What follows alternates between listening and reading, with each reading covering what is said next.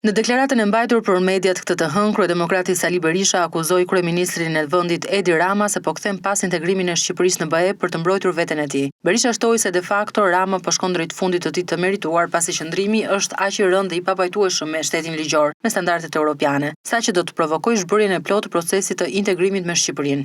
Ai është thirrur sot në Bruksel, sipas mediave, sepse nuk dihet, por mediat thonë shkruajnë se ka takim është thirrur direkt nga numri 1 i Këshillit të Bashkimit Evropian për t'i komunikuar qëndrimin e prerë të Bashkimit Evropian ndaj qëndrimeve të tij antikushtetuese, antidemokratike, ndaj zotimit të tij për të vazhduar grushtin e shtetit.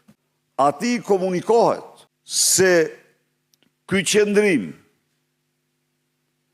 është aq i rëndë dhe i papajtueshëm me shtetin ligjor, me kushtetutën, me standardet europiane, saqë do të provokojë zhbërjen e plot të procesit të integrimit me Shqipërinë. Këthimin mbrapa të këtij procesi në vitin e firmosjes marrëveshjes tregtare 1992.